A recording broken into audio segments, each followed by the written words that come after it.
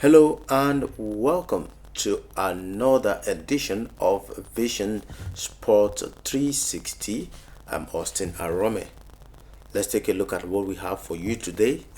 First of all, we'd like to start like we usually do from the home front as the Super Eagles of Nigeria were defeated 2-0 in Morocco by the Eagles of Mali. We'll try to look at that, try to explore what that means for the Super Eagles and what that means as well for the coach of the Super Eagles, Finidi George. Also, look at what's happening at the home front where Doma United Football Club has confirmed the appointment of Bala Abubakar as a new technical advisor. A lot of rejigging taking place on the NITA as far as national Nigerian Premier Football League is concerned, Nigerian Professional Football.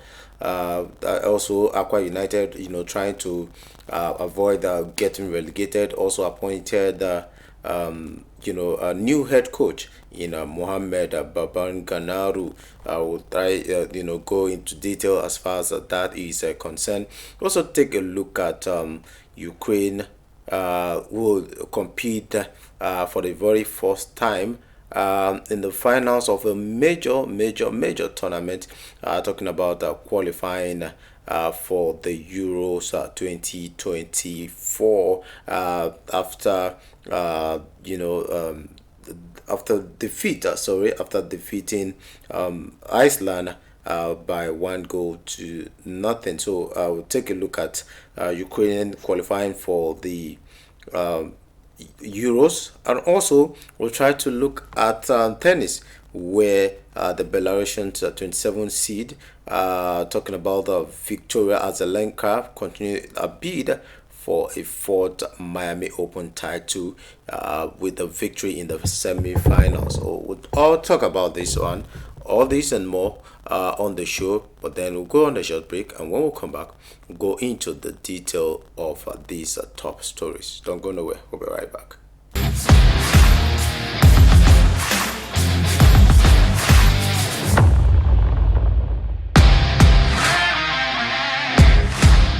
All right, welcome back to the show. And starting from the home front, let's take a look at the defeat of Nigeria. The Super Eagles of Nigeria defeated by the Eagles of Mali 2-0 in a friendly game in Marrakesh, Morocco. That was yesterday night. Goals in each half by El Bilal Toure and Kumari Dumbia sealed the win for the Mali's Eagles. The last time Mali actually defeated the Super Eagles, who are unbeaten in 8 straight games against Mali, recording 5 wins and 3 draws in the process, with interim coach in charge, talking about Finidi George, who gave starting shirts to the likes of Jamiru Collins, the likes of Rafael Onyedika and Kenneth Omero, all started in that game. They replaced the likes of Bruno Yemechi, Frank Onyeka, and Benjamin Tenimu, who featured in the 2-1 win against Ghana on Friday. And up next for the Super Eagles, as far as this one is concerned, is that all important game against South Africa. The Malians actually dominated the early stage of the game, but could not make their early pressure count. And in the 14 minutes, Mali almost took the lead, but were denied by a save from Stanley Nwabali. The breakthrough for Mali eventually came in the 14th minute as defensive error saw El Bilal Toure capitalize and scored. The Eagles were forced into the first half change as Moses Simon went off injured on the 34th minute and was replaced by Cyril Dessers. The early parts of the second half saw the Super Eagles start brightly, but the Malian defense held firm despite starting the second half on a positive note. It was Mali who almost doubled the lead, but Eagles defense intercepted a dangerous cross from the left bar. And on the 65th minute, Seredeza had a big opportunity as it was sent through on goal. It was shot horribly over the ball with the goalkeeper to beat. And in the 66th minute, Iheanacho took a low shot which was parried away by the goalkeeper for a corner kick. And with 12 minutes remaining, the Eagles of Mali, Eagles actually won the free kick in a decent position, but Iheanacho floated an attempt which was cleared away. Mali doubled their lead in the 87th minute thanks to Komori Dumbia, who raised into the Eagles' 18-yard box and fired past Unwabali.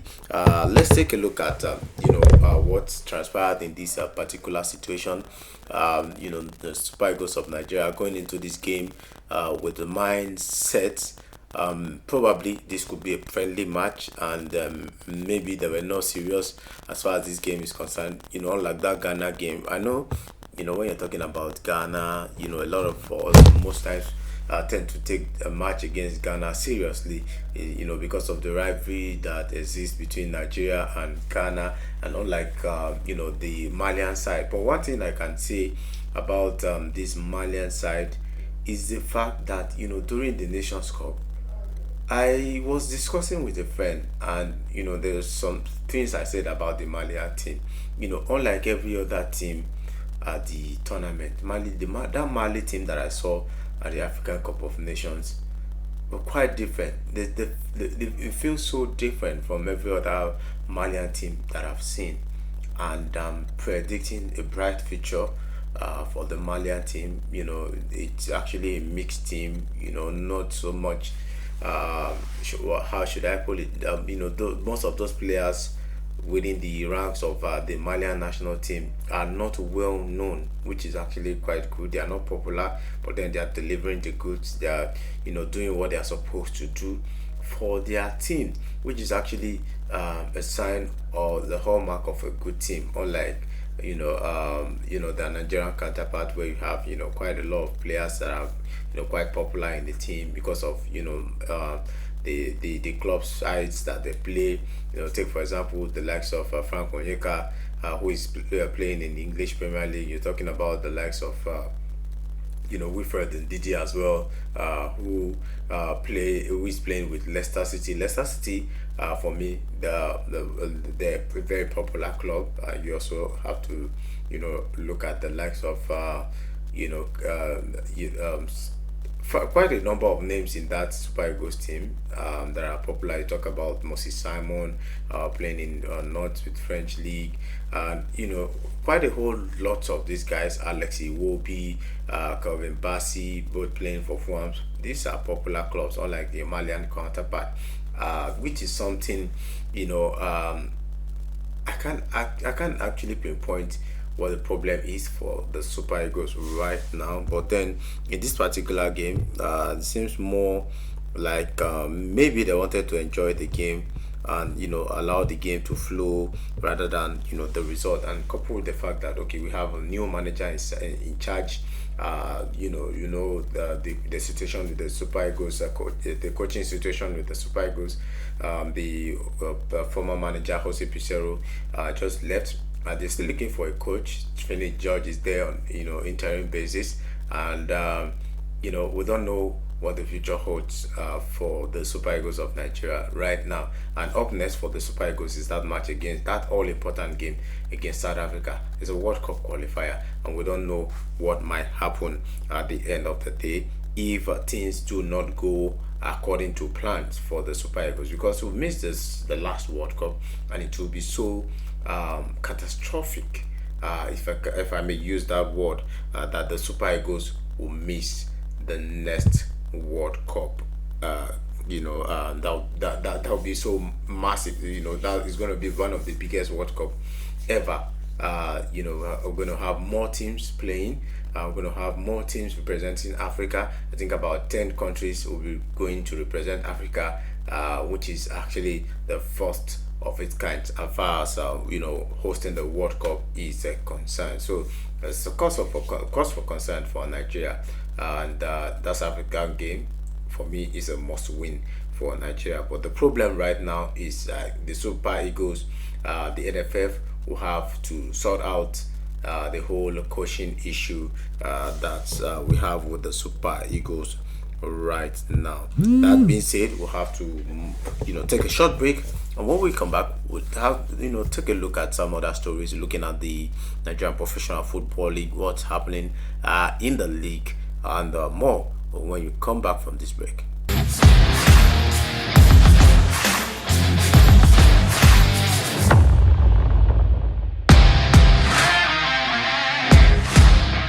All right, welcome back to the show, and still talking football.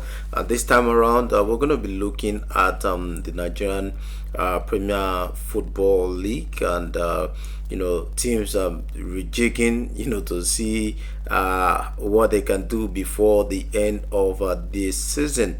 And two teams that we're talking about in the course of this show, Doma United and Aqua United FC. For Doma United, is about the confirmation that Bala Abubakar has been appointed as the new technical advisor for Doma United. And looking at Doma United's situation right there, looking at Akinade Onigbinde, who was in that position, has been demoted to the position of head coach. And the decision of the club to do that is because of the poor run in the second half of the season. Talking about how they started quite good, competing. At a point, one would think that Doma United are poised for great things, and looking at how they were, the position that they were at that particular point in time. And right now, things are not going their way. They are yet to record a win in the second stanza of the the season, and the appointment of coach Bala is imperative given the recent challenges in the second half of the season. And it is believed that this will actually bring the desired change. Bala, as a matter of fact, brings a wealth of experience he's garnered from managing top tier clubs in the league. He has a proven track records, the technical acumen to make the ideal change to that particular team moving forward. And it's also worth noting that Bala will be collaborating closely with the former technical advisor Akinade Onigbinde, who is also still going to remain with the club, despite the fact that he was demoted from being the technical advisor. Abakar's first game in charge of Doma United will be an away fixture against Aqua United this weekend. So which will now take us to where we're also talking about the other teams. We're talking about teams rejigging to make sure that things go well for them before the end of the season. And talking about Aqua United also, who have confirmed the appointment of Mohamed Baganaru as the new head coach. Baganaru was in charge of Gombe United during the first stanza of the league. And by the way, Doma United is also a team that is based in Gombe. And the Aqua United have decided to appoint another experienced tactician who will be in charge of Aqua United as far as helping the team to escape the relegation fight. And he said he took the contract to contact the gaffer after the departure of Fatai Ocho, because he wanted one of the best coach around. And when coach Baba Ganaru left Gombe United, according to Basi, who is representing Aqua United. It was actually quite imperative that they have to move for Mohamed Baba Ganaru, and just like I said earlier, his first assignment will be that important game against talking about Gombe United. So these two teams are rejigging ahead of their all-important meeting in the Nigerian Premier Football League. We'll take another short break, and when we come back, we'll try to look at the what we have, the little time that we have left. What can we do with the time? We'll try to look at Ukraine qualifying for the Euro 2024, as well as also take a look at what's happening in other sports. Talking about tennis, where the Miami Open is ongoing. We'll talk about that when we come back from the short break.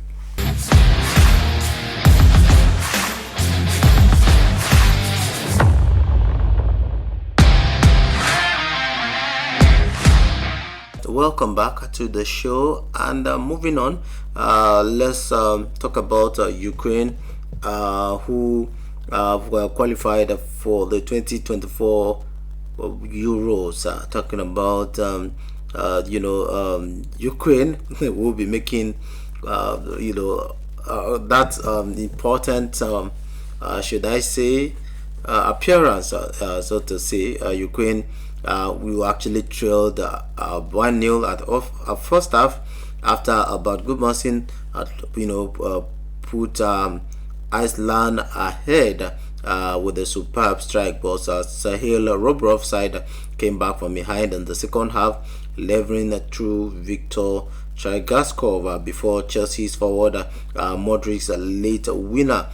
Ukraine will go top in Group E at the Euro 2024 finals, alongside Belgium, Slovakia, and Romania. And the coach says he's proud of what the boys have achieved. Thousands of Ukrainian soldiers and civilians have been killed ever since the war began against Russia. And looking at what has happened, it means Ukraine's footballers have been forced to play their home matches outside of their home land, with the Euro 2024 playoff tie against Iceland taking place in the Polish city of Wrocław. Iceland were aiming to reach the finals only for the second time after a memorable quarterfinal appearance in 2016, and they took the lead in the 30th minute through Genoa's forward Goodmanson. Ukraine also recovered from the goal down to beat Bosnia Herzegovina in Thursday's playoff semi-finals, where the better side after the break. Ukraine deservedly leveled when Girona's Chagaskov was allowed the time to drift from the right flank, precisely from the bottom corner. Continued their dominance as Rublov were further rewarded by Modric, who swept the same corner 6 minutes from time to spark a joyous scene among Ukrainian fans. And moving on, let's talk a little bit about tennis before we wrap up the show, where Victoria Azarenka continued her bid for a fourth Miami Open title with victory over Yulia Putintseva to set up a semi-final encounter with Rebekina, the Belarusian's 27 seed, who won her last title at Miami Gardens in 2016, needed almost 3 hours to claim a 7-6, 7-4, 1-6-6-3 win against Putintseva. There was a 45-minute stoppage in the opening set due to power outage. Meanwhile, world number one Rebekina beat Greek 8 seed Maria Sakkari 7-5, 6-7, 6-4. Rebekina, who is the highest ranked women player remaining in the tournament, lost in last year's final to Czech Republic's Petra Kvitova, and Kazaka had 2 match points in the second set on Tuesday, but Sakkari fought back and won the tie break to force a decider. A single break to serve in the third set was enough for Buchanan to wrap up the victory after going 2 hours and 48 minutes after the power outage to electric line calling system caused the delay in the Azarenka match. The 34-year-old served 3 points before clinching the first tie break against Putseva. Considered Kazakh dominated the second set but dropped service twice in the third to allow Azarenka, who defeated Britain's Katie Butler in the fourth round, to reach the first semis in Miami since 2018. On the other side of the draw, American fifth seed Jessica Pegula, who faced Russia Katrina Alexandrova for a second place in the last four, while Caroline Garcia of France takes on American Dalian Collins in the other games. And that's about it as far as today's edition of Vision Sport 360 is concerned. I remain Austin Arome. If you've enjoyed your time with us on the show, you can join us next time, same station, WTV next week. Have a lovely day ahead.